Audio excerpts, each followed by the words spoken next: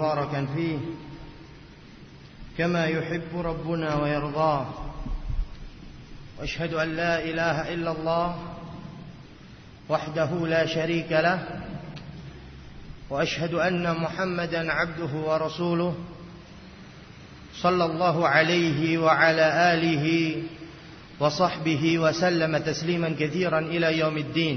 أما بعد. Para jemaah yang dirahmati oleh Allah Subhanahu wa taala, insyaallah taala pada kesempatan kali ini, sebagaimana tertuliskan di dalam jadwal, kita akan membahas tentang pembahasan arkanul iman. Dan sebelum kita memasuki apa yang akan kita jelaskan berkaitan tentang arkanul iman, alangkah baiknya sebagai muqaddimah,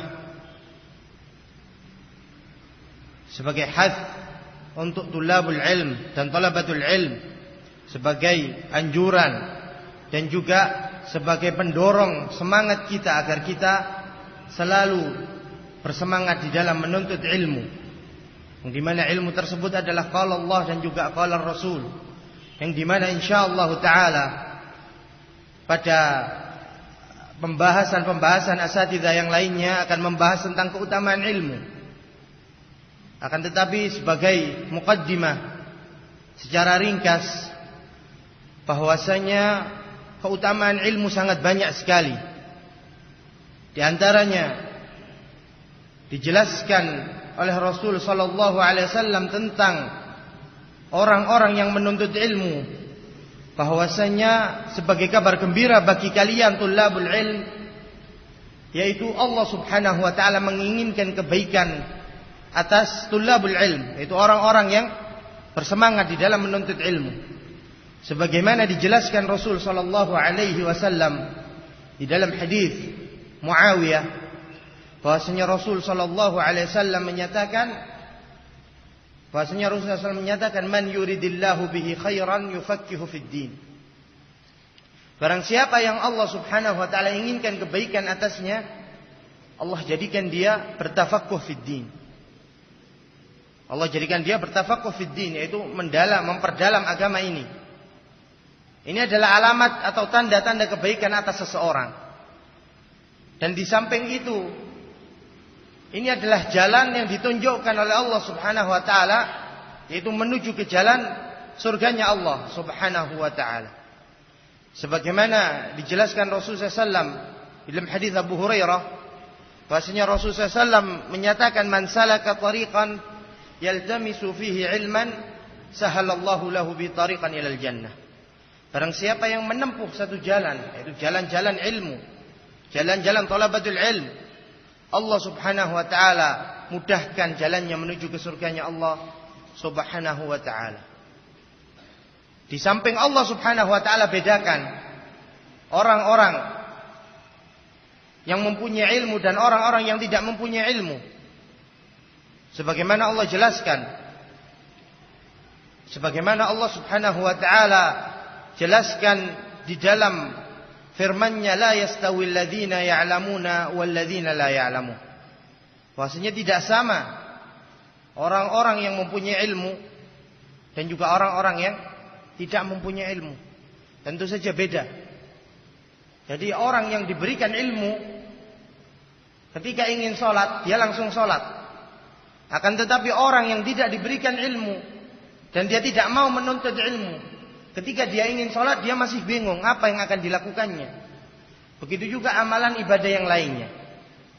Ini adalah pembeda antara orang yang diberikan ilmu dan juga orang yang tidak mempunyai ilmu.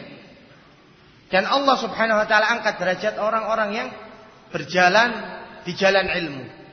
Sebagaimana dijelaskan oleh Allah Subhanahu wa taala, yarfa'illahu alladhina amanu minkum walladhina utul ilma darajat.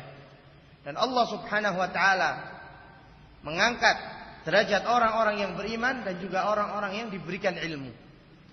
Ini adalah mujmal tentang keutamaan ilmu.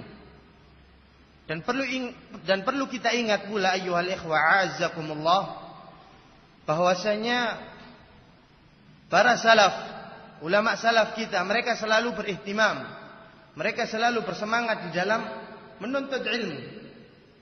Karena itu banyak kita jumpai perkataan-perkataan mereka berkaitan tentang ilmu. Di antaranya perkataan Aun ibn Abdullah kepada Umar ibn Abdul Aziz, bahwasanya jadilah engkau seorang alim. Jika engkau mampu, jadilah engkau seorang alim. Fa in lam tastati' fakun muta'alliman. Jika engkau tidak mampu menjadi seorang muta'allim, tidak mampu menjadi seorang alim, maka jadilah seorang muta'allim, yaitu orang yang belajar. Fa in lam tastati', jika engkau tidak mampu menjadi muta'allim, maka cintai mereka. Orang-orang yang berjalan di jalan ilmu dan jalan thalabatul ilm, maka kita diperintahkan untuk mencintai mereka. Fa in lam tuhibbuhum, jika engkau tidak mencintai mereka, tidak mencintai ulama, tidak mencintai tulabul ilm dan orang-orang yang berjalan dengan jalan mereka, maka dikatakan Aun ibn Abdullah, maka fala tubghibuhum, janganlah engkau membenci mereka. Menunjukkan keutamaan ilmu. Dan masih banyak lagi yang akan dijelaskan insyaallah taala oleh asatidzah yang lain berkaitan tentang keutamaan tulabul ilm. Dan yang perlu kita ingat lagi ayyuhal ikhwa azzakumullah, bahwasanya ihtimam terhadap ilmu ini merupakan sebab bertambahnya ilmu. Sebab bertambahnya ilmu. Sebagaimana dikatakan Allah Subhanahu wa taala, fattaqullaha wa yu'allimukumullah. Bertakwalah kalian kepada Allah, di antara ketakwaan adalah menuntut ilmu. Wa yu'allimukumullah. Allah Subhanahu wa taala akan tambahkan ilmu. Allah Subhanahu wa taala akan berikan ilmu kepada kalian. Dan juga ayyuhal ikhwah a'azzakumullah, jika ilmu ini telah tiada, maka akan menyebar kebodohan, dan ini adalah tanda-tanda akhir zaman. Na'udzubillah tsumma na'udzubillah. Oleh karena itu Syekh Shalih bin Fauzan Al-Fauzan ketika menjelaskan tentang dicabutnya ilmu, tentang hadis Amr bin Al-As, Abdullah bin Amr bin Al-As berkaitan tentang dicabutnya ilmu, innallaha la yaqbidul ilm intiza'an min sudurir rijal, atau kama qala Rasul sallallahu alaihi wasallam. Bahwasanya Rasul SAW di sini pernah menyatakan sesungguhnya Allah tidak mencabut ilmu dari hati manusia begitu saja. Akan tetapi ilmu itu akan dicabut dengan apa? Biqabdil ulama, dengan dicabutnya ulama, dicabutnya orang-orang yang membawa ilmu dan juga hamalatul ilm. Akan dicabut ilmu itu dengan ditinggalnya para ulama. Hatta ittakhadun nas ru'usan juhalan, sehingga manusia menjadikan pemimpin-pemimpin seorang ulama dari kalangan orang-orang yang bodoh, yang tidak mempunyai ilmu. Fasu'ilu wa aftau bi ghairi ilm, fadhallu wa adhallu. Kemudian mereka ditanya dan berfatwa dengan tanpa ilmu, fadhallu wa adhallu. Kemudian mereka sesat dan menyesatkan. Kemudian nangis Syekhuna ketika menjelaskan hadis ini, karena saking ihtimamnya beliau terhadap ilmu, saking takutnya Syekh Al-Fauzan akan dicabutnya ilmu ini dari hati manusia, dengan dicabutnya pembawa ilmu, dengan dicabutnya ulama. Dan ilmu itu ayyuhal ikhwa azzakumullah tidak akan kita peroleh kecuali dengan ta'allum. Tidak akan kita peroleh ilmu tersebut kecuali dengan ta'allum. Sebagaimana dikatakan Ibnu Mas'ud, bahwasanya innal insan la yuladu aliman, sesungguhnya manusia tidak dilahirkan sebagai seorang alim. Manusia dilahirkan dalam keadaan tidak mempunyai ilmu. Maka suatu kebohongan jika ada seseorang yang datang dan menyatakan orang tersebut datang dengan ilmu, dari lahirnya sudah mempunyai ilmu, kecuali siapa yang diberikan rahmat oleh Allah Subhanahu wa taala, sebagaimana Nabi Isa ketika berbicara, itu atas kekuasaan Allah Subhanahu wa taala. Adapun selain orang-orang yang diberikan rahmat oleh Allah Subhanahu wa taala, yang dimana diberikan ilmu walaupun sedikit dari keadaan lahirnya, maka ini adalah suatu kebohongan. Dikatakan innal insan la yuladu aliman, sesungguhnya manusia tidak dilahirkan dalam keadaan dia berilmu. Al-ilmu bit-ta'allum, ilmu itu akan didapat dengan belajar. Jadi ini adalah salah satu khas dari salafun saleh berkaitan tentang anjuran mereka dan juga dorongan mereka agar kita selalu bersemangat di dalam menuntut ilmu. Kemudian kita akan memasuki apa yang telah dijadwalkan berkaitan tentang arkanul iman. Adapun al-arkan jamak daripada ar-rukun. Al-arkan jamak daripada ar-rukun. Adapun rukun secara bahasa dikatakan Ibnu Faris rahimahullah bahwasanya kalimat yang terdiri dari 3 kata, kalimat dasarnya terdiri dari 3 kata ra, kaf dan juga nun. Aslun wahid yadullu ala al-quwwah. Bahwasanya kalimat tersebut satu asal, satu dasar yang menunjukkan kekuatan. Jadi apapun itu, yang kata dasarnya ra, kaf dan nun, itu artinya kembali kepada kekuatan. Oleh karena itu dikatakan rukun. Adapun arti rukun secara istilah, sebagaimana dikatakan oleh Al-Imam Al-Jurjani di dalam kitabnya Ta'rifat, bahwasanya beliau menyatakan ma yakumu bihi dzalika syai', yang tegak dari sesuatu, yang menegakkan sesuatu. Dan dikatakan rukun di sini dakhilun fihi. Rukun ini adalah termasuk dari sesuatu tersebut. Seperti misalnya dikatakan rukun iman, bahwasanya rukun ini adalah bagian daripada keimanan. Bi khilafi syart, tidak sebagaimana syarat. Dikatakan Al-Jurjani bahwasanya syarat di sini bukan bagian daripada keimanan. Jadi syarat-syarat itu adalah bukan bagian sesuatu tersebut. Akan tetapi sesuatu tersebut tidak sah jika tidak datang dengan syarat-syaratnya. Adapun rukun adalah bagian daripada sesuatu tersebut. Di antaranya rukun iman, yaitu bagian daripada keimanan. Yaitu rukun-rukun tersebut adalah bagian daripada keimanan. Yang tidak benar ibadah seseorang, tidak benar keimanan seseorang kecuali dia mengambil dengan rukun-rukun tersebut. Adapun al-iman secara bahasa, sebagaimana dikatakan Ibnu Faris rahimahullah, yaitu huruf alif, mim dan nun. Ini adalah kata dasar daripada al-iman. Huruf ini aslan mutaqariban, yaitu ini 2 dasar, mempunyai 2 arti yang hampir sama artinya. Allati hiya dhiddul khiyanah, ahaduhuma al-amanah. Salah satunya adalah al-amanah allati hiya dhiddul khiyanah. Yaitu amanah tersebut adalah lawan kata daripada al-khiyanah. Ini yang pertama. Yang kedua adalah at-tasdiq. At-tasdiq atau membenarkan. Adapun yang pertama dikatakan al-amanah, artinya adalah sukunul qalb. Sukunul qalb, yaitu ketenangan hati. Adapun yang kedua tadi artinya tasdiq, yaitu membenarkan. Ini yang kita inginkan dari arti daripada al-iman. Bahwasanya al-iman secara istilah di sini adalah, secara bahasa adalah at-tasdiq.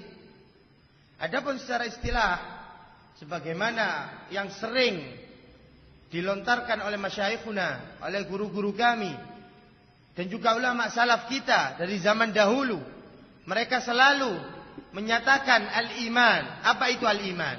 Dikatakan al-iman huwa qaulun bil lisan. Al-iman secara istilah al-qaul bil lisan, yaitu perkataan dengan lisan, wa i'tiqadun bil qalb, dan keyakinan dengan hati. Wa amalun bil jawarih, dan amal dengan anggota badan. Dan iman yazidu wa yanqus, bertambah dan berkurang. Yazidu bit ta'ah wa yanqusu bil ma'siyah. Dan keimanan tersebut bertambah di dalam ketaatan kepada Allah dan akan berkurang ketika melakukan suatu kemaksiatan kepada Allah Subhanahu wa taala. Ini adalah yang selalu diucapkan oleh masyaikhuna dan juga ulamauna dari kalangan salafun salih. Ini adalah keyakinan dan dasar-dasar ahlu sunnah wal jamaah. Bahwasanya al-iman menurut ahlu sunnah wal jamaah huwa qaulun bil lisan, wa i'tiqadun bil qalb, wa amalun bil jawarih. Ini adalah keimanan menurut Ahlus Sunnah wal Jamaah. Barang siapa yang meyakini keimanan selain daripada keyakinan yang telah kita sebutkan, maka dia telah terjerumus di dalam kebid'ahan imma kebid'ahan Jahmiyah atau kebid'ahan Khawarij atau kebid'ahan mereka yang lainnya yang meyakini bahwasanya al-iman demikian dan demikian. Bahwasanya menurut Ahlus Sunnah wal Jamaah sebagaimana yang telah kita sebutkan, ini adalah termasuk usul Ahlus Sunnah wal Jamaah dan termasuk perkara yang paling agung di dalam keyakinan Ahlus Sunnah wal Jamaah. Oleh karena itu Al-Imam Sufyan ibn Uyainah, itu Sufyan ibn Uyainah Abu Muhammad Syekhul Islam, yang dimana Sufyan ibn Uyainah telah mencari hadis ketika masa kecilnya, dari masa kecilnya. Dan juga dikatakan Al-Imam Syafi'i berkaitan tentang Sufyan ibn Uyainah, bahwasanya laula Malikan wa Sufyan ibn Uyainah la dhahaba ilmul Hijaz. Kalau bukan karena Sufyan ibn Uyainah dan juga karena Imam Malik ibn Anas, maka akan pergi ilmu Hijaz. Akan pergi ilmu Hijaz. Ini adalah perkataan Al-Imam Syafi'i berkaitan tentang Imam Sufyan ibn Uyainah. Bahwasanya Sufyan ibn Uyainah pernah berkata kepada saudaranya yaitu Ibrahim ibn Uyainah, bahwasanya beliau menyatakan al-iman qaulun wa amal yazidu wa yanqus. Iman itu adalah perkataan dan perbuatan dan bertambah dan berkurang. Kemudian berkata Ibrahim, ya Aba Muhammad, wahai Abu Muhammad, jangan engkau katakan yanqus. Jangan kau katakan keimanan tersebut yanqus, berkurang. Kemudian marahlah Sufyan ibn Uyainah dan berkata, uskut ya sobi, diamlah engkau wahai anak kecil. Ini adalah kemarahan Sufyan ibn Uyainah berkaitan tentang permasalahan iman dengan saudaranya sendiri. Karena pentingnya permasalahan iman tersebut, bahwasanya al-iman bertambah dan berkurang. Bertambah di dalam ketaatan kepada Allah dan berkurang ketika kita melaksanakan atau melakukan perbuatan yang sifatnya bermaksiat kepada Allah Subhanahu wa taala. Oleh karena itu kita jumpai seseorang telah kufur, keluar dari Islam. Bahwasanya di sini terdapat faedah bagi kita bahwasanya keimanan jika mencapai puncaknya, ketinggian iman seseorang akan mencapai kenikmatan yang beribadah kepada Allah Subhanahu wa taala. Kenikmatan di dalam beribadah kepada Allah Subhanahu wa taala. Dan jika seseorang sedang yanqus atau sedang berkurang keimanannya, maka bisa sampai hilang sama sekali, tidak tersisa sedikit pun keimanan seseorang sampai seseorang tersebut keluar dari Islam. Sampai seorang tersebut keluar dari Islam. Oleh karena itu banyak sekali kita jumpai orang-orang di sekeliling kita yang kufur keluar dari Islam. Ini karena apa? Karena berkurangnya keimanannya. Berkurangnya keimanannya. Dan ini adalah keyakinan Ahlus Sunnah wal Jamaah dan a'imma ahli hadis seperti Al-Imam Ahmad dan juga Imam Syafi'i dan juga Imam Malik, Imam Sufyan ibn Uyainah, Imam Sufyan Ats-Tsauri dan sebelumnya para sahabat Rasul sallallahu alaihi wasallam. Dan sebelumnya para sahabat-sahabat Rasul sallallahu alaihi wasallam yang mengambil ilmu dari Rasul sallallahu alaihi wasallam. Sampai-sampai ayyuhal ikhwah, a'azzakumullah, Al-Imam Al-Bukhari rahimahullah tidak menjadikan salah satu perawinya, satu pun itu tidak menjadikan seseorang yang tidak meyakini keyakinan yang demikian. Sebagaimana dikatakan oleh Syekh Abdullah Al-Bukhari di dalam syarahnya terhadap Risalah Ushul Sunnah, bahwasanya Al-Imam Al-Bukhari tidak menjadikan satu perawi pun di dalam kitabnya yang tidak meyakini bahwasanya iman itu adalah qaulun bil lisan wa i'tiqadun bil qalb wa amalun bil jawarih. Dan juga Al-Imam Al-Bukhari menjadikan satu bab berkaitan tentang bertambah dan berkurangnya keimanan seseorang di dalam sahihnya, bahwasanya itu bab ziyadatul iman wa nuqsanihi, yaitu bab bertambahnya keimanan dan berkurangnya keimanan seseorang. Kemudian berdalil dengan ayat-ayat di antaranya surat Al-Anfal dan yang lain sebagainya dari hadis-hadis Rasul sallallahu alaihi wasallam. Dan berkata Al-Imam Ibn Abdul Bar rahimahullah di dalam kitabnya At-Tamhid, ajma'a ahlul fiqh wal hadith ala anna al-iman qawlun wa amal wa la amala illa biniyyah wal iman 'indahum yazidu bit ta'ah wa yanqusu bil ma'siyah. Bahasanya Al-Imam Ibn Abdul Bar menyatakan, bersepakat ahlul fiqh dan juga ahlul hadith bahwasanya keimanan itu perkataan dan perbuatan. Dan tidak ada amal kecuali dengan niat, itu keyakinan hati. Wal imanu 'indahum yazidu wa yanqus. Dan keimanan menurut mereka, siapa mereka ini? Ahlus sunnah wal jamaah. Yazidu wa yanqus, bertambah dan berkurang. Dan ketika seseorang bertambah ketaatannya, bertambah kedekatannya kepada Allah Subhanahu wa taala, bertambah takarrubnya kepada Allah Subhanahu wa taala, maka seketika itu keimanannya akan bertambah. Dan ketika seseorang berkurang ketaatannya kepada Allah, maka keimanannya akan sedikit demi sedikit berkurang. Ini adalah keimanan ayyuhal ikhwah, a'azzakumullah. Oleh karena itu Rasulullah SAW mengajarkan kepada kita untuk berdoa, Allahumma ya muqallibal qulub, tsabbit qulubana ala dinik. Wa ya musarrifal qulub, sarrif qulubana ala ta'atik. Ya Allah yang membolak-balikkan hati, bahwasanya tetapkan hati kami di dalam ketaatan kepadamu. Karena dengan ketaatan tersebut akan menambahkan keimanan seseorang. Ya musarrifal qulub, wahai zat yang memalingkan hati, maka palingkanlah hati kami di atas ketaatan kepadamu. Ini adalah Rasulullah SAW yang mengajarkan kepada kita. Karena keimanan seseorang ini bertambah dan berkurang. Adapun dalil dari permasalahan ini adalah firman Allah Subhanahu wa taala di dalam surat Al-Anfal berkaitan tentang keimanan seseorang yang bertambah dan berkurang. Bahasanya Allah menyatakan, innamal mu'minuna alladzina idza dzukirallahu wajilat qulubuhum wa idza tuliyat alaihim ayatu zadatuhum imana. Bahasanya sesungguhnya orang-orang yang beriman, innamal mu'minuna alladzina idza dzukirallah, jika diingatkan tentang Allah Subhanahu wa taala, wajilat qulubuhum, hatinya akan bergetar karena takutnya kepada Allah Subhanahu wa taala. Wa idza tuliyat alaihim ayatuhu, dan jika dibacakan kepada mereka ayat-ayat Allah Subhanahu wa taala, maka zadatuhum imana, maka keimanan mereka akan bertambah. Menunjukkan keimanan seseorang bertambah. Dan jika sesuatu yang bertambah akan berkurang. Dan juga di dalam ayat yang lain Allah Subhanahu wa taala menjelaskan, huwallazi anzala as-sakinata fi qulubil mu'minin liyazdadu imanan ma'a imanihim.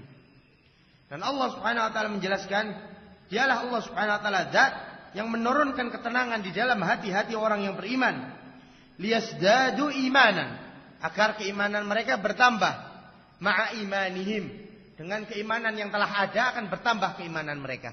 Menunjukkan keimanan seseorang itu bertambah. Dan juga para jamaah yang dirahmati oleh Allah Subhanahu wa taala, bahwasanya di dalam bab iman, bahwasanya telah banyak golongan yang tersesat dari jalan yang benar. Telah banyak golongan yang tersesat dari jalan yang benar, dari jalan Allah, dari jalan Rasul sallallahu alaihi wasallam berkaitan tentang permasalahan al-iman. Di antara mereka adalah Al-Jahmiyah. Al-Jahmiyah itu pengikut Jahm ibnu Safwan yang mengambil ilmu dari Ja'ad ibnu Dirham. Bahwasanya Jahmiyah dan juga orang-orang yang mengikuti jalan mereka, itu jalan-jalan Jahmiyah, walaupun mereka tidak menyatakan diri mereka adalah Jahmiyah, mereka telah tersesat di dalam permasalahan iman. Menurut mereka keimanan adalah sekedar ma'rifatul qalb, sekedar mengetahui di dalam hati saja, cukup menurut mereka. Ini adalah berselisih dengan i'tiqad Ahlus Sunnah wal Jamaah. Maksudnya keyakinan Ahlus Sunnah wal Jamaah telah kita sebutkan tadi berkaitan tentang permasalahan al-iman. Bahwasanya iman adalah qaulun bil lisan wa i'tiqadun bil qalb wa 'amalun bil jawarih. Adapun menurut mereka al-iman adalah ma'rifatul qalb saja. Itu mengetahui di dalam hati saja. Sebagaimana halnya orang-orang Murji'ah, mereka juga tersesat di dalam permasalahan ini. Bahwasanya mereka meyakini tidak termasuk bagian daripada keimanan amal. Bahwasanya amal itu tidak termasuk bagian daripada keimanan. Ini mereka telah tersesat dari jalan yang benar. Begitu juga dari kalangan Asy'ariyah dan Maturidiyah dan Karramiyah. Dan sebagian mereka ada yang menyatakan bahwasanya iman itu sekedar ucapan dengan lisan saja dan keyakinan hati, sebagaimana Jahmiyah dan juga Asy'ariyah dan yang lainnya. Banyak sekali golongan-golongan yang tersesat dari jalan Allah Subhanahu wa ta'ala, yang dimana keyakinan-keyakinan seperti ini adalah keyakinan-keyakinan batil. Adapun Ahlus Sunnah wal Jamaah adalah ahlul wasat, orang yang atau golongan Taifah al-Mansurah, golongan yang selamat, yang meyakini jalan tengah dari hulunya Khawarij dan juga dari permudah-mudahannya Jahmiyah dan juga Mu'tazilah dan yang lainnya. Bahwasanya mereka wasat di dalam mengartikan iman. Bahwasanya al-iman menurut mereka sebagaimana yang telah kita jelaskan barusan. Kemudian ayyuhal ikhwa azzakumullah, tentunya keimanan seseorang tidak akan bermanfaat tanpa dia mengucapkan. Kalau sekedar dia meyakini di dalam hati saja, maka tidak akan bermanfaat keimanan seseorang. Karena iman telah kita jelaskan apa itu iman. Itu menyatakan dengan perbuatan, meyakini dengan hati, dan juga mengerjakan amalan atau menerapkan apa yang telah kita ketahui, apa yang telah kita imani. Maka tidak akan bermanfaat keimanan seseorang tanpa dia mengucapkan dengan omongan. Oleh karena itu dikatakan qulu la ilaha illallah. Rasul menyatakan kepada orang-orang kufar, qulu la ilaha illallah, katakan la ilaha illallah. Menunjukkan keimanan itu apa? Ucapan dengan omongan. Selain diyakini dengan hati, juga diucapkan dengan omongan. Dan juga tidak akan bermanfaat pula keimanan tersebut tanpa kita melakukan suatu amalan yang diperintahkan oleh Allah dan diperintahkan oleh Rasul sallallahu alaihi wasallam. Tidak akan bermanfaat itu semua. Karena apa? Karena amal itu yang membenarkan apa yang ada di dalam hati dan apa yang diucapkan. Jadi penerapan daripada apa yang kita yakini di dalam hati dan sebagai pembenaran apa yang kita ucapkan di dalam lisan kita, yaitu dengan amal. Oleh karena itu Al-Imam Al-Humaydi dalam kitabnya Ushulus Sunnah, beliau menyatakan wala yanfa'u qaulun illa bi'amal. Tidak akan bermanfaat perkataan kecuali dengan amal. Wala amalun wa qaul illa biniyah. Dan tidaklah bermanfaat amalan dan perkataan kecuali dengan niat, yaitu ma'rifatul qalb, keyakinan di dalam hati.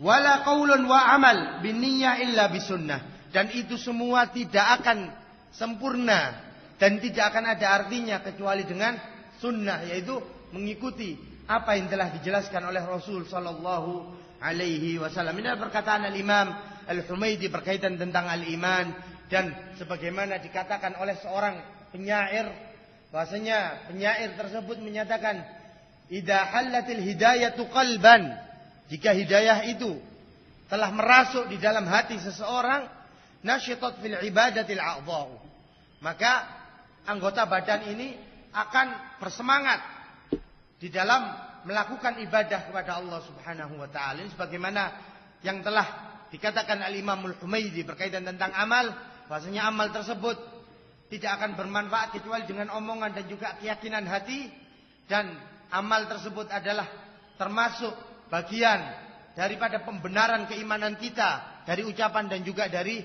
lisan kita. Ini adalah berkaitan tentang al-arkan dan juga al-iman. Adapun dalil daripada rukun iman adalah firman Allah Subhanahu wa taala, amanar rasul bima unzila ilaihi min rabbih wal mu'minun kullun amana billahi wa malaikatihi wa kutubihi wa rusulihi la nufarriqu baina ahadin min rusulihi. Bahwasanya Allah Subhanahu wa taala menyatakan amanar rasul, Itu amanar Rasul. Rasulullah SAW beriman atas apa yang diturunkan kepadanya dari Rabbnya dan juga orang-orang yang beriman. Kullun, itu semua beriman kepada Allah dan kepada malaikatnya dan kepada Rasulnya. La nufarriqu baina ahadin min rusulih. Dan kami tidak membedakan salah satu dari Rasul-Rasulnya. Ini adalah di antara dalil daripada al-arkanul iman al-a'zam. Arkanul iman al-a'zam. Itu rukun-rukun iman yang paling utama. Dan ini adalah rukun-rukun iman yang diyakini oleh ahli kitab. Oleh ahli kitab. Dan juga orang-orang yang mengikuti agama Ibrahim alaihissalam. Mereka meyakini yang demikian. Bahwasanya beriman kepada Allah, beriman kepada malaikat, beriman kepada kitab-kitab, dan kepada rasul-rasulnya. Dan ditambahkan dengan hadis Jibril ma'ruf. Ketika Rasulullah SAW ditanya tentang keimanan, bahwasanya Rasul menjawab, al-imanu an tu'mina billahi wa malaikatihi wa kutubihi wa rusulihi wal yaumil akhir wa tu'minu bil qadari khairihi wa syarrihi. Bahwasanya keimanan itu, katanya Rasulullah SAW, itu hendaklah seseorang beriman kepada Allah, beriman kepada malaikat-malaikatnya, beriman kepada kitab-kitabnya, beriman kepada rasul-rasulnya dan hari akhir, dan beriman kepada qada dan juga al-qadar. Ini adalah dalil berkaitan tentang rukun iman al-a'zam.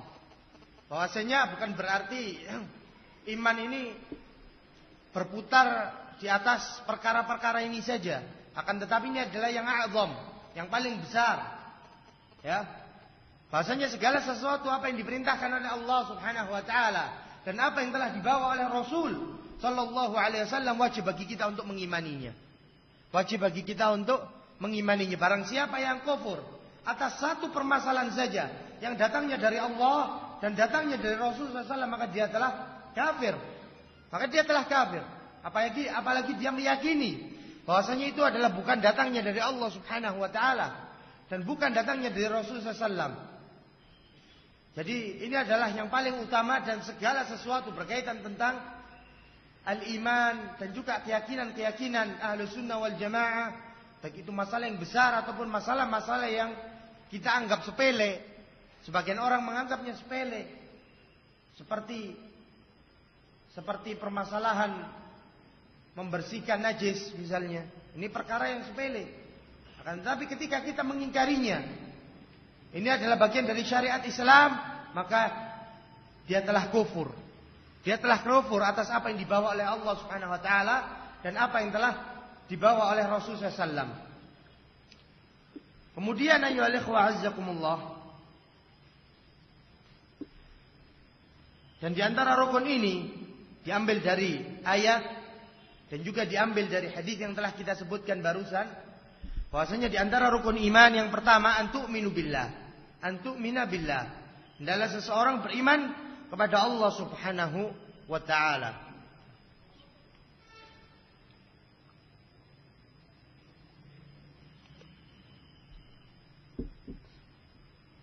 Itu seseorang beriman kepada Allah Subhanahu wa taala.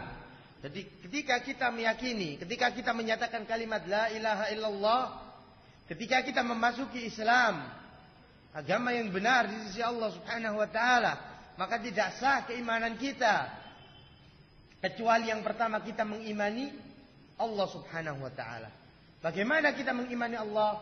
Itu dengan ma'rifatullah, dengan mengenal Allah, dengan mentauhidkan Allah Subhanahu wa taala dari segala macam bentuk atau segala macam jenis daripada at-tauhid. Segala macam jenis daripada at-tauhid. Baik itu dari rububiyahnya Allah Subhanahu wa taala, yaitu ifradullah bi af'alihi, yaitu mengesahkan Allah Subhanahu wa taala dengan tugas-tugas Allah. Apa itu tugas-tugas Allah? Al-Khaliq, Al-Mudabbir, terus Ar-Razik. Ini adalah tugas-tugas Allah Subhanahu wa taala. Kita meyakini dan mengesahkan Allah Subhanahu wa taala di dalam tugas-tugasnya. Ini yang pertama, yaitu di rububiyahnya Allah Subhanahu wa taala. Sebagaimana Allah jelaskan, inna rabbakumullahu alladzi khalaqas samawat. Sesungguhnya Allah Subhanahu wa taala adalah Rabb kalian yang menciptakan langit. Dan juga di dalam ayat yang lain Allah menyatakan, wa ma min dabbatin fil ardi illa 'ala Allahi rizquha. Dan banyak lagi ayat-ayat yang lain Bahwasanya tidaklah binatang melata pun di muka bumi ini kecuali Allah lah yang memberikan rizki kepadanya. Dan banyak lagi ayat berkaitan tentang isbat atau ketetapan dari tauhid ar-rububiyah. Dan ini adalah jenis tauhid yang juga diyakini oleh mereka kufar Quraisy. Bahasanya orang-orang kafir Quraisy, mereka meyakini tauhid ar-rububiyah. Karena itu tidak cukup bagi kita hanya kita meyakini tauhid ar-rububiyah. Karena tidak memasukkan seseorang ke dalam Islam. Sebagaimana yang diyakini mereka, Abu Lahab, Abu Jahal, dan yang lainnya, pembesar Quraisy. Maksudnya ketika mereka ditanya, siapa yang menciptakan langit dan bumi? La yaquluna Allah. Mereka menyatakan Allah Subhanahu wa taala. Mereka puasa, mereka zakat, mereka haji. Mereka melakukan ibadah-ibadah yang lainnya. Mereka tawaf di Baitullah dengan kaifiyah yang mereka yakini. Akan tetapi dengan itu semua tidak memasukkan mereka kepada Islam. Oleh karena itu di sini terdapat faedah bahwasanya tidak cukup bagi seseorang hanya meyakini Allah itu adalah Al-Khaliq, Allah itu adalah Ar-Razik, Allah itu adalah Al-Mudabbir. Tidak. Akan tetapi harus di situ ditambah dengan keyakinan al-uluhiyah, yaitu konsekuensi daripada kalimat la ilaha illallah. Harus di situ dia menyatakan kalimat la ilaha illallah dan juga melakukan, meyakini di dalam hati, mengucapkan dengan omongan dan dengan melakukan amalan-amalan yang diperintahkan oleh Allah Subhanahu wa taala. Tidak cukup dengan hanya sekedar kita meyakini rububiyah saja. Karena kufar Quraisy mereka meyakini yang demikian. Oleh karena itu ketika Rasulullah SAW memerintahkan mereka untuk menyatakan la ilaha illallah, mereka menolak. Qulu la ilaha illallah, katanya Rasulullah SAW. Katakan la ilaha illallah. Apa yang mereka jawab?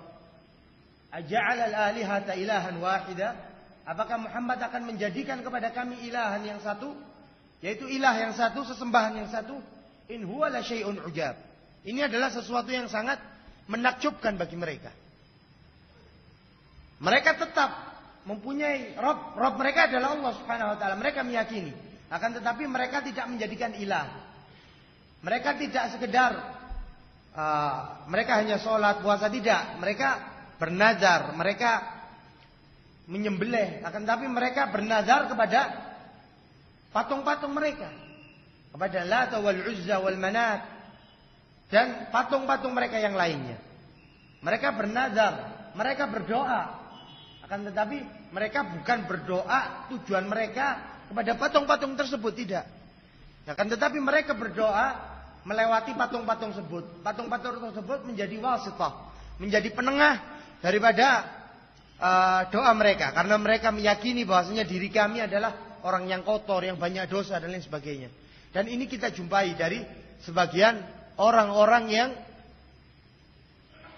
menyembah kuburan. Kita katakan menyembah kuburan, bukan berdoa kepada kuburan. Karena sama. Karena hukumnya sama. Bahasanya mereka orang-orang kufar Quraisy, mereka menyembah kepada patung-patung mereka. Dikatakan mereka ilah. Patung-patung ini dikatakan ilah oleh mereka. Sedang mereka cuma sekedar berdoa agar mereka menyampaikan hajat mereka kepada Allah Subhanahu wa taala. Apa bedanya dengan orang-orang zaman sekarang? Tidak ada bedanya. Mereka datang ke kuburan Al-Fulani, Syekh Al-Fulani, Kiai Al-Fulani, Al-Habib Al-Fulani. Dengan tujuan apa? Mereka menyatakan kita bertawassul saja agar mereka, orang-orang saleh ini, menyampaikan hajat mereka kepada Allah Subhanahu wa taala. Ini adalah sesuatu yang sangat aneh. Bahwasanya apa bedanya orang-orang yang seperti ini dengan mereka orang-orang kufar Quraisy, yang dimana mereka diperintahkan oleh Allah Subhanahu wa taala qatiluhum. Perangilah mereka, diperintahkan untuk diperangi orang-orang kufar Quraisy. Karena mereka melakukan yang demikian. Bedanya orang-orang zaman sekarang menyatakan la ilaha illallah, akan tetapi tidak mengetahui konsekuensi daripada kalimat la ilaha illallah. Adapun orang-orang kufar Quraisy, mereka mengetahui konsekuensinya. Ketika mereka menyatakan la ilaha illallah, konsekuensinya itu semua patung-patung itu harus habis. Karena mereka adalah orang yang paling paham terhadap bahasa Arab. Ini adalah yang pertama, yaitu beriman kepada Allah dengan tauhid ar-rububiyah. Yang kedua dengan tauhid al-uluhiyah. Dengan tauhid al-uluhiyah, yaitu memalingkan semua jenis peribadatan kepada Allah Subhanahu wa taala dari salat dan juga sembelihan, nazar, doa dan yang lain sebagainya, dan meniadakan persekutuan kepada Allah Subhanahu wa taala. Ini adalah inti daripada kalimat la ilaha illallah, yaitu memalingkan semua jenis ibadah baik doa, nazar, salat, zakat dan lain sebagainya kepada Allah Subhanahu wa taala. Tidak boleh bagi kita bernazar untuk kuburan, tidak boleh bagi kita menyembelih untuk wali al-fulani, untuk kuburannya wali al-fulani atau kiai al-fulani, tidak. Akan tetapi menyembelih hanya kepada Allah Subhanahu wa taala. Ini adalah bagian daripada kalimat la ilaha illallah. Bahkan ini adalah konsekuensi daripada kalimat la ilaha illallah. Dalil dari permasalahan ini adalah firman Allah Subhanahu wa taala, wa'budullaha wa la tusyriku bihi syai'a. Beribadahlah kalian kepada Allah dan janganlah kalian berbuat syirik kepada Allah Subhanahu wa taala dengan segala sesuatu apapun. Ini adalah rukun daripada kalimat la ilaha illallah. Dalam ayat ini terdapat rukun daripada kalimat la ilaha illallah, yaitu yang pertama wa'budullah, yaitu isbat, menyembah hanya kepada Allah Subhanahu wa taala saja. Wala tusyriku bihi syai'an, dan menafikan semua persekutuan, semua sesembahan. Yaitu kalimat la ilaha illallah mempunyai dua rukun. Yang pertama la ilaha, yaitu menafikan semua sesembahan. Yang kedua isbat, yaitu menetapkan, yaitu la ilaha illallah, yaitu menetapkan bahwasanya sesembahan yang benar hanya Allah Subhanahu wa taala semata. Tidak ada sesembahan yang benar yang berhak disembah kecuali Allah Subhanahu wa taala. Ini adalah rukun daripada kalimat la ilaha illallah. Dan juga di dalam ayat yang lain, di antara tujuan penciptaan manusia sebagaimana Allah jelaskan, wa ma khalaqtul jinna wal insa illa liya'budun. Dan tidaklah aku ciptakan jin dan manusia kecuali hanya untuk beribadah kepada Allah Subhanahu wa taala semata. Ini adalah tujuan daripada penciptaan manusia. Dikatakan ulama liya'budun ay liyuwahhidun. Arti daripada liya'budun yaitu mentauhidkan Allah Subhanahu wa taala. Ini adalah ayat yang kedua dari tauhid al-uluhiyah, dan banyak sekali ayat-ayat yang menjelaskan tentang tauhid al-uluhiyah. Dan ini adalah sebagaimana telah kita katakan tadi, arti daripada kalimat la ilaha illallah. Dan di mana kalimat la ilaha illallah mempunyai dua rukun, nafi dan juga isbat, dan mempunyai syarat-syarat. Maksudnya kalimat la ilaha illallah mempunyai syarat-syarat. Di antaranya yang pertama adalah al-ilm. Yang kedua, siapa yang tahu syarat kalimat la ilaha illallah? Hah? Yakin? Yang ketiga, tasdiq. Yang keempat, yang lain, muhabbah. Yang kelima,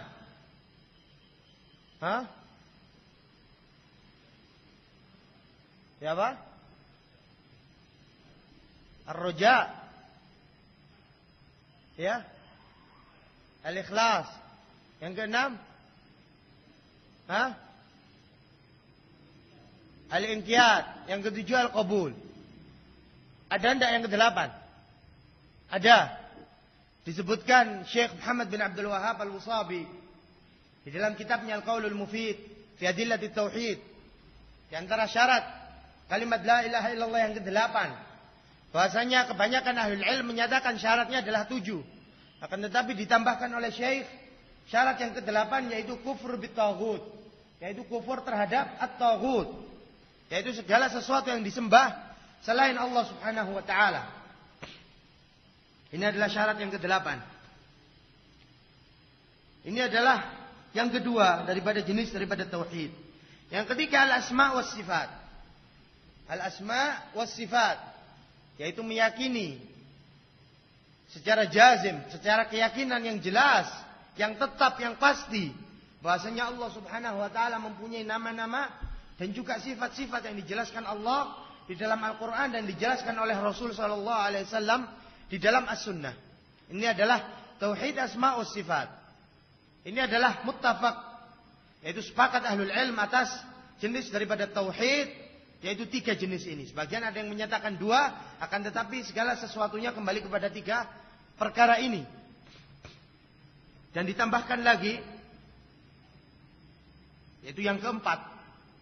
Ada ulama yang menyatakan tauhid terbagi menjadi 4. Sebelum kita jelaskan secara ringkas berkaitan tentang asma wa sifat. Bahwasanya di antara i'tiqad dan keyakinan Ahlus Sunnah wal Jamaah, yaitu meyakini Allah Subhanahu wa taala mempunyai nama-nama dan sifat-sifat yang dijelaskan Allah dan dijelaskan Rasulnya di dalam As-Sunnah, yang wajib diimani dengan tanpa takyif, dengan tanpa membagaimanakan. Bagaimana sifat Allah? Bahasanya Allah menyatakan Allah mempunyai tangan. Bagaimana tangannya Allah? Tidak. Tanpa juga tamtsil, tanpa kita mempermisalkan Allah dengan sesuatu. Wala ta'til, dan juga tidak kita mengingkari sifat-sifat Allah Subhanahu wa taala. Yaitu kita meyakini dalam permasalahan ini sebagaimana dikatakan ulama salaf kita berkaitan tentang masalah al-iman, umirruha kama ja'at. Yaitu alirkanlah permasalahan ini sebagaimana datangnya dari Allah Subhanahu wa taala. Bahasanya Allah menyatakan Allah mempunyai tangan. Bahwasanya tangan seperti apa? Ya tangan. Tidak kita katakan tangan ini adalah artinya ini dan itu. Tidak. Akan tetapi tidak boleh bagi kita untuk bertanya bagaimana tangannya Allah. Ini adalah suatu perbuatan bid'ah. Sebagaimana dikatakan Imam Malik. Ketika ada yang bertanya, bagaimana istiwa itu? Istiwa maklum. Artinya istiwa apa? Al-'ulu wal-irtifa'. Itu sesuatu yang tinggi. Maklum artinya. Sebagian ada yang menyatakan al-istiwa maksudnya ini adalah istaula.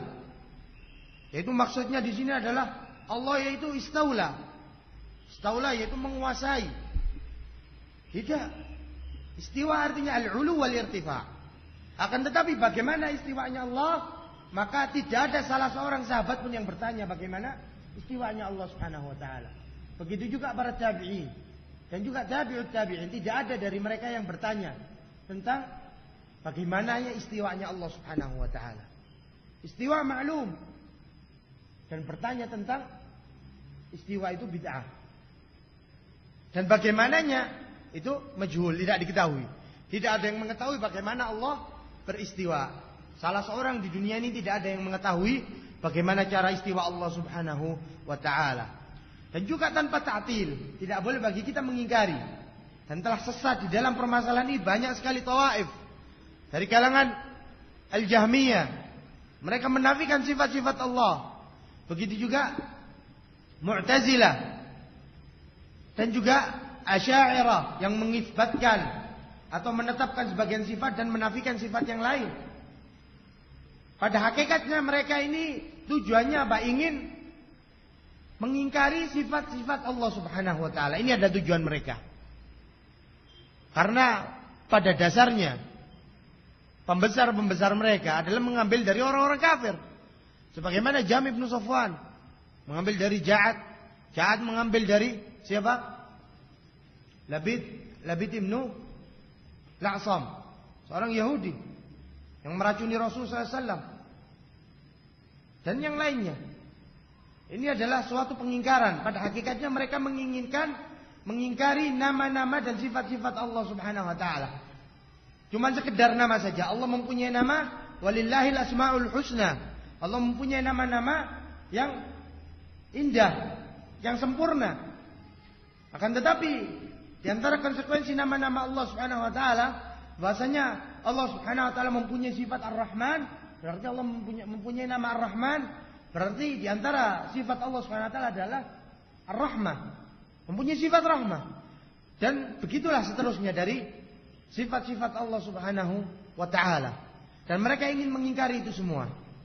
Mereka ingin mengingkari itu semua. Dan ketika kita menetapkan nama-nama dan sifat Allah, mereka mengatakan Ahlus Sunnah adalah mujassimah. Mereka menyatakan bahasanya Allah itu berbentuk, bertubuh. Allah punya tangan. Allah punya tangan. Allah sendiri yang menjelaskan. Allah sendiri yang menjelaskan bahwa Allah punya tangan. Akan tetapi Bagaimana tangannya Allah? Majhul, tidak diketahui. Kita yakini ayat-ayat tersebut sebagaimana datangnya dari Allah Subhanahu wa taala dan mengartikan arti daripada sifat-sifat dan juga nama-nama Allah sebagaimana muqtadha bahasa Arab. Sebagaimana bahasa Arab menyatakan yang demikian, artinya yaitu sudah. Tangan ya tangan. Bahwasanya istiwa dan yang semisalnya. Ini adalah yang ketiga dari bagian tauhid, yaitu al-asma' was sifat. Dan dalil dari permasalahan ini sebagaimana telah kita jelaskan, yaitu walillahil asma'ul husna, dan Allah mempunyai nama-nama yang sempurna. Dan juga di dalam ayat yang lain, laisa kamitslihi syai' wa huwas samiul basir. Bahwasanya tidak dipermisalkan Allah dengan sesuatu, dan Allah adalah Maha mendengar dan Maha melihat. Dan ayat yang lain banyak sekali menunjukkan isbat atau ketetapan nama-nama dan juga sifat-sifat Allah Subhanahu wa taala yang dijelaskan oleh Allah di dalam Al-Qur'an dan apa-apa yang dijelaskan oleh Nabi kita Muhammad sallallahu alaihi wasallam. Adapun yang keempat, yaitu dikatakan ulama tauhidul mutaba'ah. Tauhid al-mutaba'ah. Ini adalah sebagaimana diikrarkan oleh majmu'ah min ahli ilm. Banyak sekali ulama yang tidak mengingkari tauhidul mutaba'ah. Dan tauhidul mutaba'ah ini disebutkan oleh Syekh Muhammad bin Abdul Wahhab Al-Wusabi Al-Abdali hafizahullah ta'ala di dalam kitabnya Qaulul Mufid. Maksudnya beliau menambahkan satu jenis daripada tauhid, yaitu al-mutaba'ah. Maksudnya yang dimaksud dengan tauhid al-mutaba'ah yaitu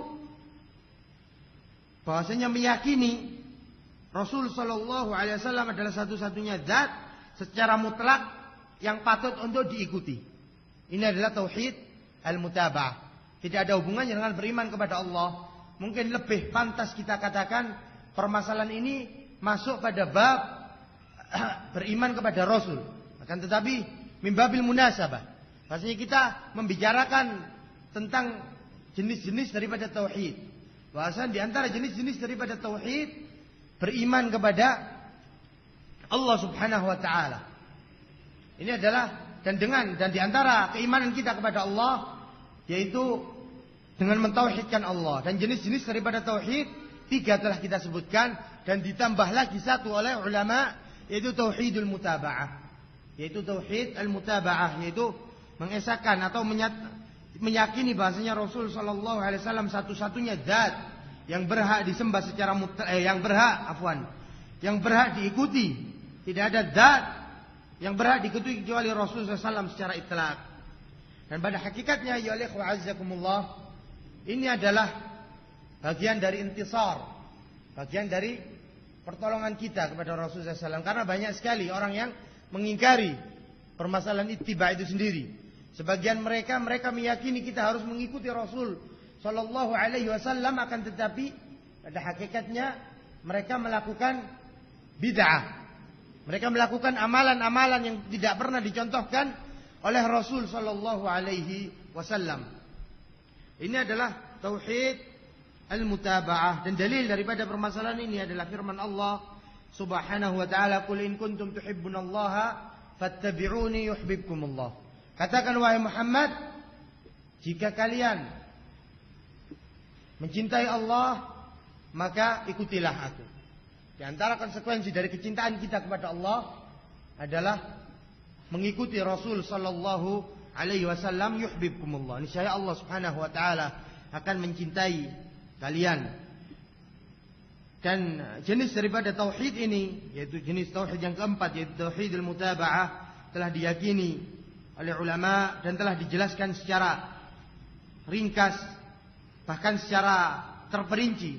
Bukan hanya ringkas dan dirincikan oleh Syekh di dalam kitabnya Al-Qaulul Mufid fi Adillatit Tauhid, yaitu Syekh Muhammad bin Abdul Wahhab Al-Wusabi, berkaitan tentang permasalahan ini. Diyakini oleh Syekh Muqbil, begitu juga Syekh Al-Albani dan Syekh bin Baz. Ketika mereka ditanya tentang tauhidul mutaba'ah, mereka tidak mengingkarinya. Bahkan dikatakan Syekh Muhammad bin Abdul Wahhab di dalam kitabnya Qaulul Mufid, bahwasanya ketika Hizbiyun Orang-orang hizbi mereka mengingkari adanya tauhidil mutaba'ah dan mengingkari kitab Syekh Muhammad bin Abdul Wahhab yang berjudul Qaulul Mufid. Ketika beliau bertanya kepada Syekh Muqbil rahimahullah, dikatakan Syekh Muqbil, "Itsbit wa la tubali bihim." Maka tetapkan, janganlah engkau peduli dengan mereka. Karena mereka hanya ingin apa? Mereka tidak lain hanya ingin menghancurkan Ahlus Sunnah wal Jamaah, ingin memecah belah tali Ahlus Sunnah wal Jamaah. Oleh karena itu Syekh Muqbil menyatakan itsbit, tetapkan, wala tubali bihim, dan janganlah engkau peduli dengan mereka. Dan juga ketika Syekh Muhammad bin Abdul Wahhab bertemu dengan Syekh Al-Albani rahimahullahu taala, dan Syekh Al-Albani juga termasuk, dikatakan di situ Syekh juga termasuk orang yang meyakini dan menetapkan tauhid al-mutaba'ah. Dan juga di dalam kitabnya Qaulul Mufid dikatakan Syekh telah diberikan kata pengantar oleh 7 orang ulama, baik itu di Yaman dan juga sebagian di Saudi Arabia. Dan tidak ada salah seorang dari mereka pun yang mengingkari tauhid al-mutaba'ah. Menunjukkan mereka juga menetapkan tauhid al-mutaba'ah ketika mereka tidak mengingkarinya. Ini adalah berkaitan tentang ma'rifatullah dan juga al-imanu billah, beriman kepada Allah Subhanahu wa taala. Dan di antara rukun-rukun iman yang kedua yaitu beriman kepada al-malaikah. Diambil dari ayat dan hadis yang telah kita baca tadi. Berkaitan tentang rukun iman adalah al-iman bil malaikah, mengimani malaikat-malaikat Allah Subhanahu wa taala, yaitu mengimani secara jazim, secara pasti, secara tetap bahwasanya Allah Subhanahu wa taala mempunyai malaikat-malaikat yang diciptakan oleh Allah Subhanahu wa taala dari cahaya, yang dimana mereka diciptakan untuk melakukan ketaatan kepada Allah Subhanahu wa taala, yang dikatakan la ya'sunallaha ma amarahum wa yaf'aluna ma yu'marun. Bahasanya mereka tidak bermaksiat kepada Allah Subhanahu wa taala atas apa yang diperintahkan Allah kepada mereka, wa yaf'aluna ma yu'marun, dan mereka melakukan apa yang diperintahkan kepada mereka. Ini adalah malaikat-malaikat Allah Subhanahu wa taala yang wajib bagi kita untuk mengimaninya. Dan ini adalah termasuk rukun iman yang 6 yang telah kita baca dari ayat dan hadis tadi. Dan tidak benar keimanan seseorang kecuali dia meyakini malaikat-malaikat Allah Subhanahu wa taala. Dan ulama telah bersepakat di dalam permasalahan ini. Bahkan ini adalah termasuk ijma' kaum muslimin, kesepakatan kaum muslimin. Bahwasanya kaum muslimin telah bersepakat atas keimanan terhadap al-malaikah dan tidak mengingkarinya kecuali orang-orang yang terdapat buah kemunafikan di dalam hatinya, wa illa kafir. Dan ayyuhal ikhwah azzakumullah, ini adalah yang wajib kita imani. Di antara rukun iman yang kedua itu beriman kepada malaikat, yaitu bahwasanya mereka adalah makhluk ciptaan Allah yang diciptakan oleh Allah Subhanahu wa taala untuk beribadah kepadanya. Dan Rasul sallallahu alaihi wasallam pernah melihat malaikat, di antaranya malaikat Jibril, dan juga para sahabat pernah melihat malaikat dalam wujud manusia. Sebagaimana dijelaskan dalam hadis Jibril, bahwasanya Umar pernah melihat malaikat Jibril dalam sifat syadid bayat athiyab, yaitu bajunya sangat putih sekali, wasyadidu sawadi sya'ri, dan rambutnya sangat hitam sekali. Itu dalam wujud manusia. Dan Rasulullah SAW juga pernah melihat malaikat Jibril dalam bentuk manusia dan bentuk aslinya. Hasilnya Rasulullah SAW pernah melihat malaikat Jibril dalam bentuk aslinya, sebagaimana dijelaskan di dalam hadis yang dikeluarkan oleh Al-Imam Ahmad dari hadis Abdullah bin Mas'ud radhiyallahu an, bahwasanya Abdullah bin Mas'ud menyatakan ra'a Rasulullah sallallahu alaihi wasallam Jibril fi suratihi. Bahwasanya Rasulullah SAW melihat Jibril dengan jenis aslinya, walau sittum ya janah, dan malaikat Jibril mempunyai 600 sayap. Wa kullu janahin minha saddul ufuq. Dan setiap sayapnya memenuhi ufuk langit. Karena besarnya. Ini adalah dalil yang menunjukkan bahwasanya Nabi kita Muhammad sallallahu alaihi wasallam pernah melihat malaikat dalam wujud aslinya. Dan bagi siapa yang kufur terhadap malaikat-malaikat Allah, maka dia adalah termasuk orang-orang dijauhkan dari kebenaran, dan mereka adalah orang-orang yang tersesat dari jalan Allah. Sebagaimana Allah Subhanahu wa taala jelaskan, "Wa may yakfur billah wa malaikatihi wa kutubihi wa rusulihi wal yaumil akhir faqad dhalla dhalalan ba'ida." Barang siapa yang kufur terhadap Allah dan kufur terhadap malaikatnya dan kufur terhadap kitab-kitabnya dan kufur terhadap hari akhir, maka dia telah sesat dengan kesesatan yang jauh. Kemudian ayyuhal ikhwah, yang wajib kita imani pula berkaitan tentang malaikat, bahwasanya Allah menciptakan mereka dari cahaya sebelum penciptaan Adam alaihi salam. Sebagaimana dijelaskan di dalam hadis, bahwasanya di sini Rasulullah SAW menyatakan khuliqatil malaikah min nurin, bahwasanya malaikat diciptakan dari nur, dari cahaya. Wa khulqal jan min marijin min nar. Dan juga jin diciptakan oleh Allah dari apa? Dari api. Wa khulaqa Adam mimma wasafa lakum. Dan Adam diciptakan dari apa yang telah disifatkan kepada kalian, yaitu diciptakan dari tanah. Ini adalah dalil yang menunjukkan bahwasanya malaikat-malaikat Allah diciptakan oleh Allah dari cahaya, dan mereka diciptakan untuk beribadah kepada Allah dan tidak pernah bermaksiat kepada Allah Subhanahu wa taala. Adapun jumlah malaikat alal asah, bahwasanya tidak diketahui jumlah mereka secara pasti, akan tetapi wajib bagi kita mengimani mereka, bahwasanya Allah menciptakan malaikat dengan jumlah yang banyak. Dan kita wajib pula mengimani nama-nama yang dijelaskan oleh Allah dan juga nama-nama yang dijelaskan oleh Rasul sallallahu alaihi wasallam dari malaikat-malaikat Allah Subhanahu wa taala, di antaranya malaikat Jibril yang dikatakan juga Jibrail. Yang dimana malaikat Jibril adalah diturunkan wahyu dengannya kepada Rasul sallallahu alaihi wasallam, yang diutus oleh Allah menyampaikan wahyu kepada Nabi kita Muhammad sallallahu alaihi wasallam. Dan juga Mikail, dan yang dimana Mikail juga dinamai Mikal. Di dalam Al-Quran dikatakan Mikal, yaitu yang diberikan tugas oleh Allah Subhanahu wa taala untuk menurunkan hujan. Begitu juga Israfil, yang ditugaskan oleh Allah Subhanahu wa taala untuk meniup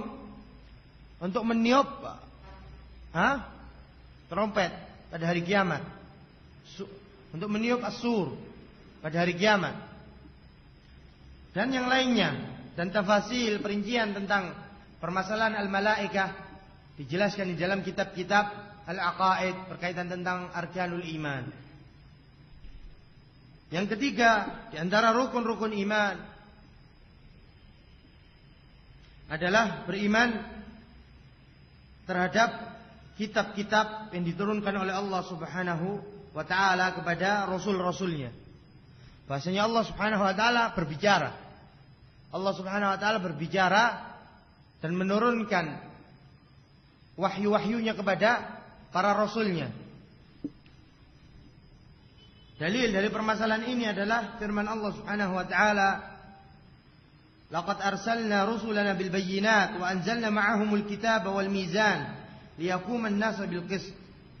Maksudnya Allah menyatakan, telah kami utus utusan-utusan kami, yaitu rasul-rasul kami, dengan penjelasan, dan telah kami turunkan pula bersama mereka kitab, yaitu kitab, dan juga al-mizan, yaitu kitab ini sebagai mizan, sebagai penimbang, liyaquman nas bil qist, untuk menegakkan keadilan antara manusia. Ini adalah dalil dari keimanan terhadap kitab-kitab Allah Subhanahu wa ta'ala yang diturunkan kepada rasul-rasulnya. Adapun dalil daripada as-sunnah, satu hadis yang dimana hadis ini dikeluarkan oleh al-Imam Ahmad dan dihasankan oleh Syekh Al-Allamah Muhammad Nasiruddin Al-Albani rahimahullahu taala dari Wathilah ibn al-Asqa', bahwasanya Rasulullah SAW menyatakan unzilat suhuf Ibrahim awal lailah min Ramadan, dan suhuf Ibrahim diturunkan oleh Allah pada hari pertama di bulan Ramadan. Wa unzilat at-Taurah li sitti madina min Ramadan, dan diturunkan Taurat pada tanggal 6 dari bulan Ramadan. Wa unzila al-Injil li 13 laila khallat min Ramadan, yaitu pada malam ke-13 yang bertepatan pada bulan Ramadan. Wa unzila Zabur li 18 laila khallat min Ramadan, dan Zabur diturunkan oleh Allah pada tanggal 18 bertepatan pada malam-malam di bulan Ramadan.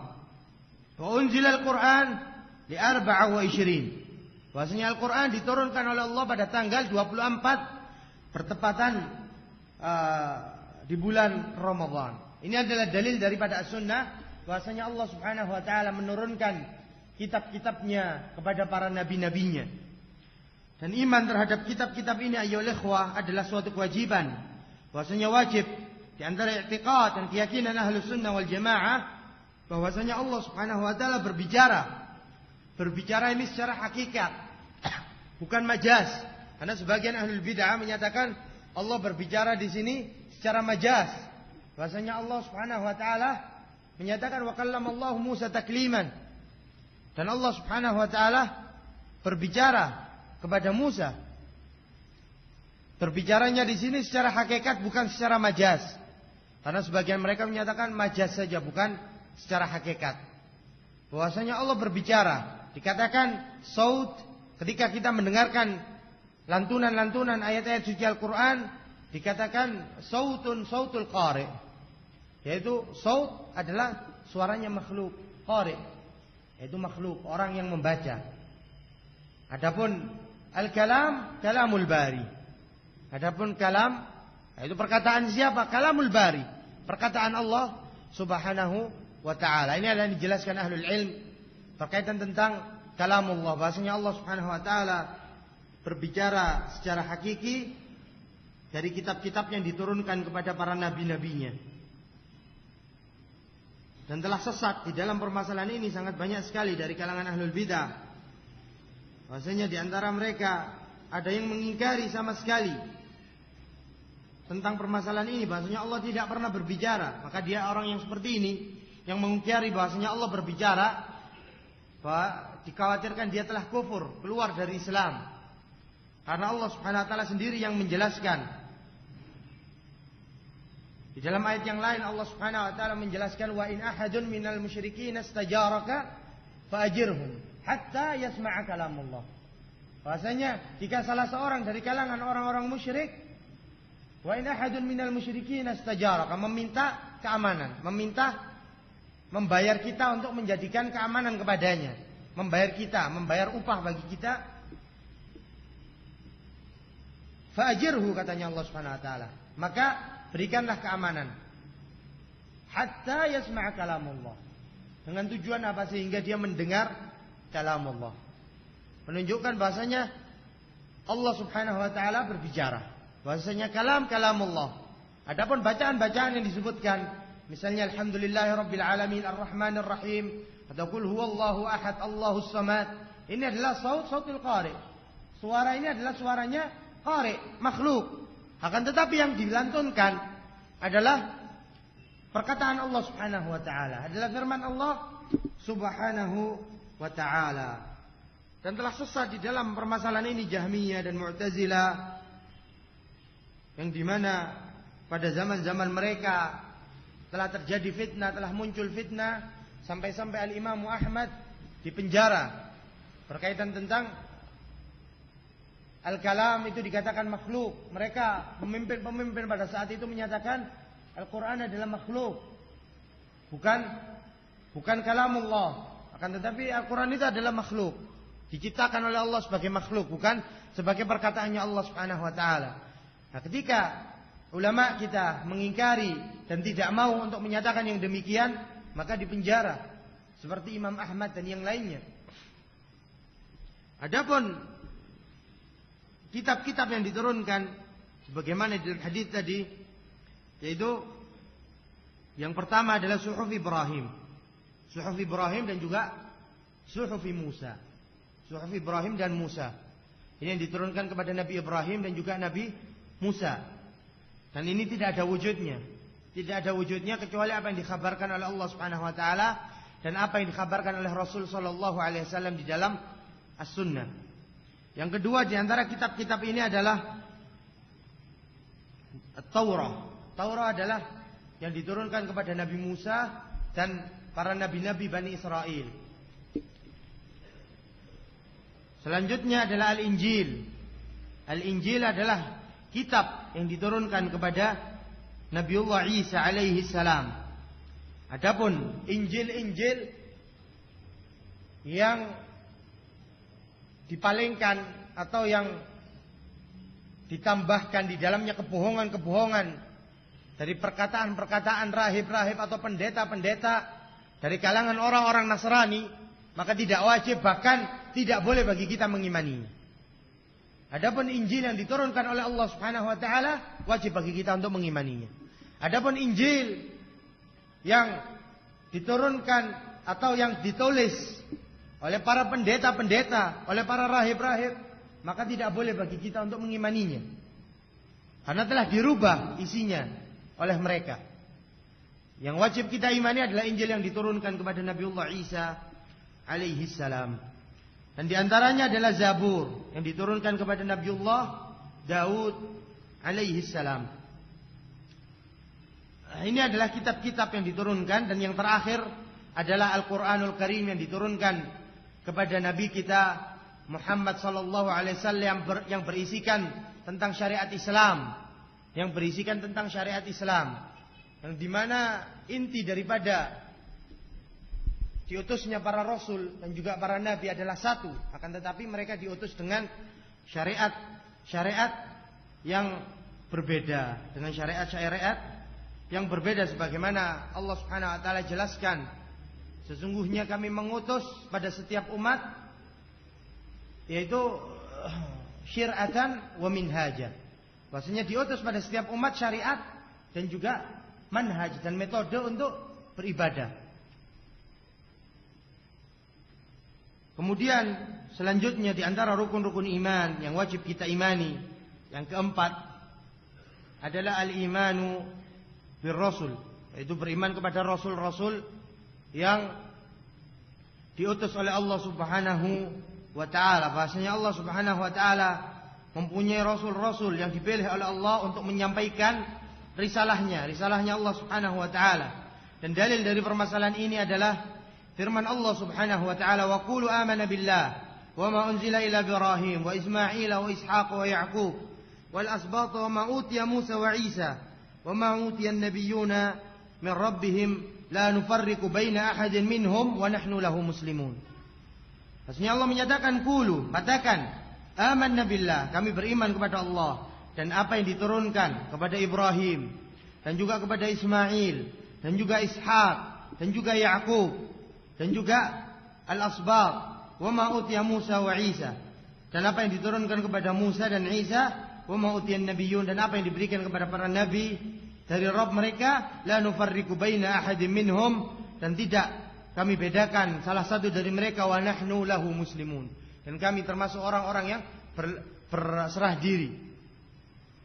Ini adalah ayat menunjukkan, terdapat di dalam ayat ini dalil atas keimanan kita terhadap rasul-rasul yang diutus oleh Allah Subhanahu wa taala.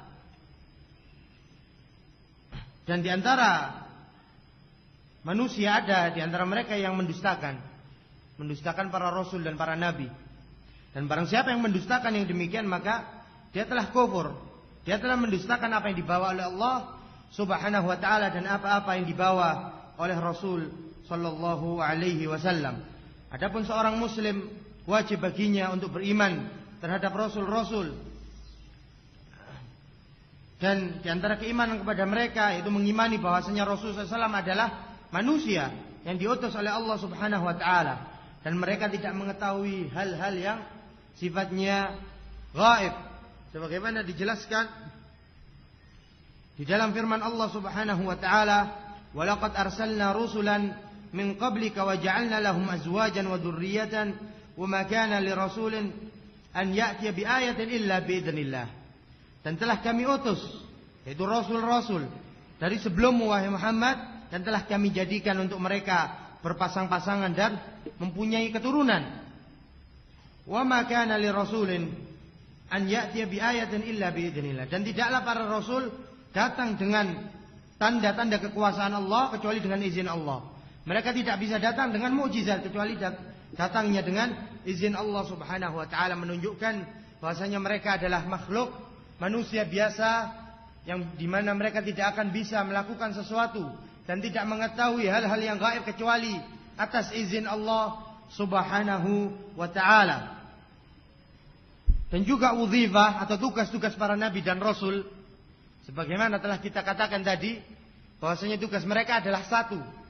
Sebagaimana Allah jelaskan, "Walaqad ba'atsna fi kulli ummatin rasulan an i'budullaha wajtanibut taghut." Dan telah kami utus pada setiap umat rasul untuk apa? Untuk an i'budullah, untuk mereka menyembah Allah dan meninggalkan at-taghut. Ini adalah tugas dari para nabi dan rasul. Adapun perbedaan antara nabi dan rasul, dikatakan Syekh bin Baz bahwasanya yang masyhur, yang ma'ruf dari kalangan ulama, bahwasanya nabi adalah yang diberikan wahyu oleh Allah Subhanahu wa taala dengan syariat, akan tetapi tidak diperintahkan untuk menyampaikannya. Ini adalah nabi. Adapun rasul adalah yang diberikan wahyu oleh Allah dan diberikan syariat, akan tetapi diperintahkan untuk menyampaikannya. Adapun nabi dan rasul ada yang diberikan perintah oleh Allah, diberikan wahyu oleh Allah Subhanahu wa taala dan syariat, dan diperintahkan untuk menyampaikannya adalah rasul. Dan semua rasul adalah nabi. Dan bukan semua nabi itu adalah rasul. Ini adalah perbedaan antara nabi dan rasul. Adapun mukjizat-mukjizat yang diberikan banyak sekali dijelaskan ahlul ilm di dalam kitab-kitab i'tiqad. Di antaranya yang diberikan kepada Nabi kita Muhammad, yaitu yang paling agung, adalah Al-Quranul Karim. Al-Quran adalah mukjizat yang datangnya dari Allah Subhanahu wa taala, yang tidak bisa salah seorang pun yang datang dengan yang semisalnya. Oleh karena itu dikatakan di dalam Al-Quran, Alif Lam Mim Kaf Ha Ya Ain Shad. Ini adalah ayat muqatta'ah. Ayat yang dikatakan ulama, ayat ini adalah ayat tahaddi. Sifatnya tantangan. Tantangan dari Allah kepada mereka, itu orang-orang kufar Quraisy. Karena orang-orang kufar, orang-orang jahiliyah, mereka terkenal dengan fasahah, dengan kelihayannya di dalam berbahasa Arab, indahnya bahasa mereka. Akan tetapi apakah bisa mereka datang dengan semisal Al-Quranul Karim? Ditantang mereka oleh Allah Subhanahu wa taala dengan Alif Lam Mim. Mereka tidak bisa datang dengan ayat yang sebagaimana diturunkan oleh Allah Subhanahu wa taala dari segala macam sisi. Sangat jelas sekali perbedaannya antara Al-Quran dan juga Al-Quran yang dibuat oleh sebagian orang-orang, sebagaimana Al-Quran yang dibuat oleh Musailam Al-Kadzab, dan juga Al-Quran yang dibuat oleh orang-orang Syiah. Sangat jelas sekali perbedaannya. Ini adalah rukun iman yang keempat yang wajib bagi kita untuk mengimaninya, yaitu mengimani para rasul. Yang kelima di antara rukun-rukun iman yang wajib bagi kita imani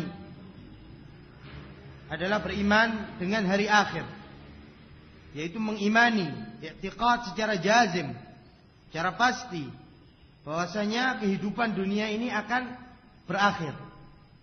Bahwasanya kehidupan dunia ini akan berakhir, yaitu beriman pada hari akhir. Dan akan memasuki setelahnya dikatakan darul ukhra atau darul akhirah. Setelah kita keluar dari kehidupan dunia akan memasuki hari akhirat. Yang dimana kehidupan akhirat ini dimulai, mempunyai muqaddimah dan juga alamat, yaitu kematian. Dimana hari akhir di sini dimulai dengan kematian. Oleh karena itu, salah seorang ulama menyatakan ketika berbicara tentang kehidupan manusia, yaitu yabda min qaunil insan la syai' thumma 'alaqa, thumma mudghah, thumma yakhruju min batni ummihi khalqan akhar, thumma yatara'ra wa yansa fi hadhihi ad-dunya ila an yamurru bil qabr, thumma hasar ila an yantahi bihi al-amr imma ila al-jannah wa imma ila an-nar. Ini ada pada hakikatnya. Bahwasanya manusia dimulai dari tidak ada sesuatu. Sampai di situ mudghah, 'alaqah dan yang semisalnya. Kemudian di situ keluarlah makhluk dari perut ibunya. Ciptaan Allah Subhanahu wa taala. Keluar dari perut ibunya, kemudian dia hidup di dunia ini, mengalami sedih, susah dan lain sebagainya. Sampai dia melewati kuburan. Ila an yamurru bil qabr. Sampai dia melewati kuburan. Kuburan di situ nanti ada pertanyaan, nanti ada siksa, azab kubur dan lain sebagainya. Kemudian ila an yamurru bil qabr thumma hasyr, yaitu hari yaumul hasyr, yaitu dikumpulkannya manusia pada saat itu. Yaumul ba'ats atau yaumul qiyamah, itu hari dibangkitkannya manusia dari kuburnya. Kemudian pada hakikatnya, intinya pada akhir tujuan manusia adalah imma ilal jannah wa imma ilan nar. Itu imma dia itu masuk ke surga bagi siapa yang bertakwa kepada Allah Subhanahu wa taala, karena ketika dijelaskan tentang surga dikatakan uiddat lil muttaqin. Bahwasanya surga sudah habis waktu. Bahwasanya surga itu diciptakan untuk orang-orang yang bertakwa. Dan ketika dikatakan an-nar dikatakan uiddat lil kafirin. Diciptakan dan disiapkan untuk orang-orang yang kafir. Ini adalah rukun iman yang kelima, yaitu beriman kepada hari akhir. Dan hari ini mempunyai nama-nama, di antaranya yaumul qiyamah atau yaumuddin atau yaumul jaza dan lain sebagainya. Dan juga dikatakan al-qari'ah. Ini adalah di antara nama-nama hari kiamat, atau dikatakan yaumul hisab atau al-waqi'ah. Adapun hari-hari ini atau hari kiamat ini mempunyai tanda-tanda. Di antaranya tanda-tanda yang kecil yang telah terjadi sebagainya, yaitu diutusnya Nabi kita Muhammad sallallahu alaihi wasallam. Ini adalah di antara tanda-tanda hari kiamat, yaumuddin. Adapun alamat tanda-tanda yang besar, di antaranya keluarnya Imam Mahdi, dan keluarnya Dajjal, dan turunnya Isa dan yang lain sebagainya, dijelaskan ahlul ilm di dalam kitab Asyratus Sa'ah. Adapun dalil dari permasalahan ini adalah firman Allah Subhanahu wa taala, Malik Yaumiddin. Bahwasanya Allah Subhanahu wa taala lah yang memiliki hari pembalasan. Ini adalah rukun iman yang kelima yang wajib bagi kita untuk mengimaninya, dan barang siapa yang mengingkarinya maka dia telah kafir dan tidak sah keimanannya seseorang kecuali dengan dia mengimani hari akhir. Adapun yang terakhir di antara rukun-rukun iman yang perlu kita imani dan wajib bagi kita untuk mengimaninya adalah beriman dengan al-qadha dan juga al-qadar, yaitu keimanan secara jazim, secara pasti dan secara tetap bahwasanya Allah Subhanahu wa taala mentakdirkan sesuatu untuk hambanya, segala sesuatu yang ada di dunia ini, dan didahului dari takdir-takdir tersebut ilmu Allah Subhanahu wa taala. Bahasanya ilmu Allah Subhanahu wa taala meliputi segala sesuatu. Dan ini adalah i'tiqad dan dasar-dasar akidah Ahlussunnah wal Jamaah yang harus kita yakini, dan tidaklah seseorang menyelisihi di dalam permasalahan ini kecuali mubtadi', kecuali ahlul bid'ah dari kalangan Jahmiyah dan Mu'tazilah dan yang lain sebagainya. Adapun Ahlus Sunnah wajib bagi kita untuk mengimaninya. Oleh karena itu berkata al-ulama di dalam kitabnya, di antaranya Ibnu Qudamah, beliau menyatakan di dalam kitabnya Al-I'tisad fil I'tiqad, beliau menyatakan ajma'a a'immatus salaf min ahli al-Islam 'ala al-iman bil qadar. Bahwasanya bersepakat ulama salaf dari ahli Islam bahwasanya di dalam mengimani al-qadar, khairihi wa syarrih, baiknya ataupun jeleknya, hulwihi wa murrih, manisnya ataupun pahitnya, qalilihi wa katsirih, sedikit atau banyaknya. Ini wajib bagi kita untuk mengimaninya. Dan dalil dari permasalahan ini adalah firman Allah Subhanahu wa taala, "Inna kulla syai'in khalaqnahu biqadar." Sesungguhnya segala sesuatu kami ciptakan dengan qadar Allah Subhanahu wa taala dan qadanya. Dan juga di dalam ayat yang lain Allah menjelaskan wallahu khalaqakum wa ma ta'malun, dan Allah lah yang menciptakan kalian dan apa yang telah kalian lakukan. Adapun di dalam as-sunnah dikeluarkan oleh Imam Ahmad dari hadis Abdullah bin Amr bin al-As radhiyallahu anhu bahwasanya Rasulullah SAW menyatakan la yu'minul mar hatta yu'minu bil qadari khairihi wa syarrih.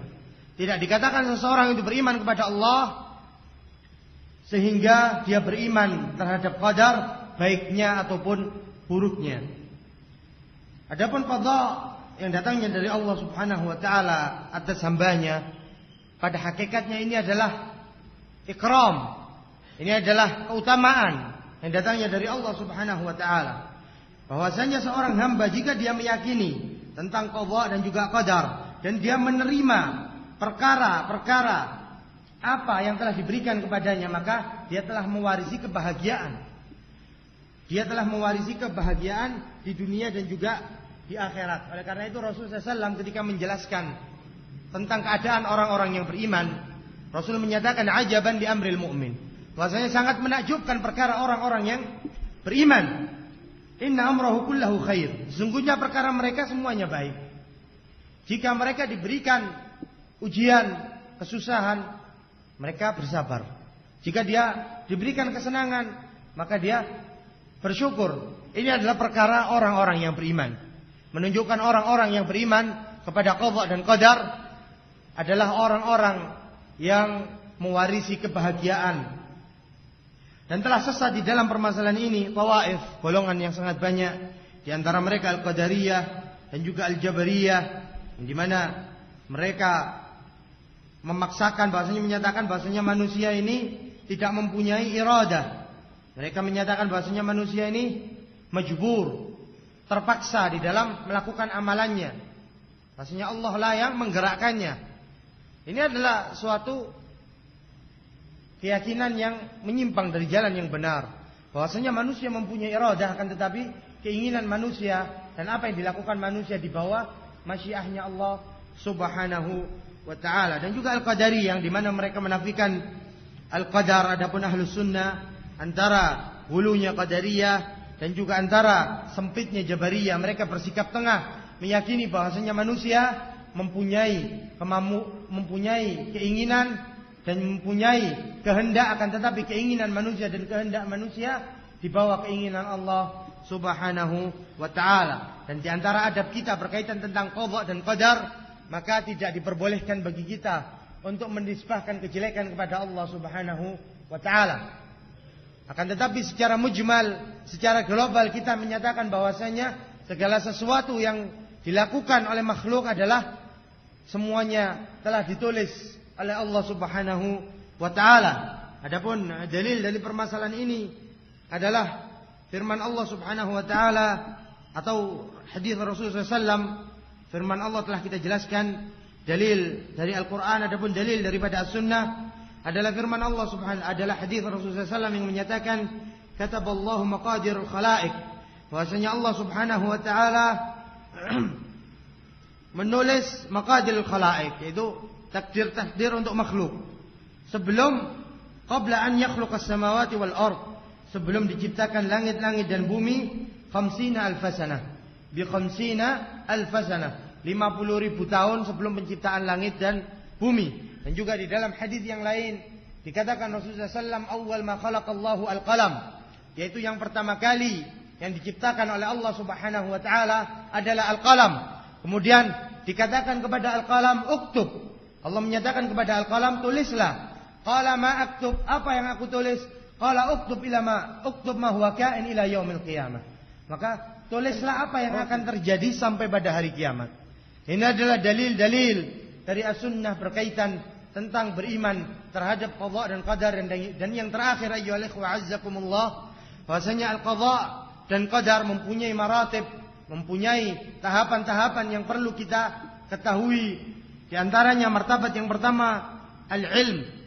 Maksudnya al-ilm di sini wajib bagi kita mengimani bahwasanya ilmu Allah Subhanahu wa taala mendahului kita. Apa yang akan terjadi itu sudah tercantum di sisi Allah Subhanahu wa taala di Lauhil Mahfuz.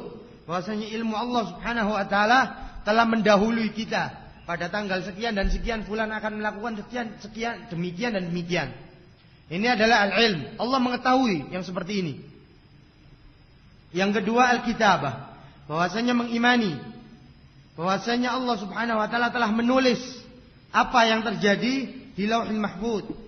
Sebagaimana telah kita jelaskan pada hadis tadi, kataballahu al-maqadir. Allah menulis al-maqadir, apa yang akan terjadi di Lauhil Mahfuz. Dan juga di dalam hadis yang lain, yaitu awwal khalaqallahu al-qalam. Itu segala sesuatu telah tercantum di sisi Allah Subhanahu wa taala. Yang ketiga adalah al-masyiah, kehendak Allah Subhanahu wa taala. Kita mengimani bahwasanya Allah Subhanahu wa taala mempunyai kehendak, yang dimana kehendak Allah diikuti oleh kehendak makhluk. Bahwasanya apa yang dilakukan makhluk dibawa kehendak Allah, akan tetapi kejelekan tidak dinisbahkan kepada Allah. Oleh karena itu dikatakan ulama, masyaallahu kan wa ma lam yasha' lam yakun. Jika Allah berkehendak akan terjadi, dan jika tidak dikehendaki oleh Allah tidak akan bisa terjadi. Yang keempat adalah martabatul khalq. Kita meyakini bahwasanya Allah Subhanahu wa taala adalah menciptakan segala sesuatu. Segala sesuatu Allah lah yang menciptakan, sebagaimana Allah jelaskan Allahu khaliqu kulli syai', dan Allah lah yang menciptakan segala sesuatu yang ada di muka bumi ini. Ini adalah berkaitan tentang al-arkanul iman dan usul i'tiqad Ahlus Sunnah wal Jamaah, berkaitan tentang al-arkanul iman al-a'zam, yaitu rukun iman yang utama, yaitu 6 yang dijelaskan oleh Allah Subhanahu wa taala dan Rasulnya. Dan mudah-mudahan yang sedikit ini menjadi manfaat bagi kita dan menjadi tambahan ilmu bagi kita. As'alullaha an yanfa'ana bima sami'na, innahu waliyudzalika wal qadiru alaihi walhamdulillahi rabbil alamin. Assalamu alaikum warahmatullahi wabarakatuh.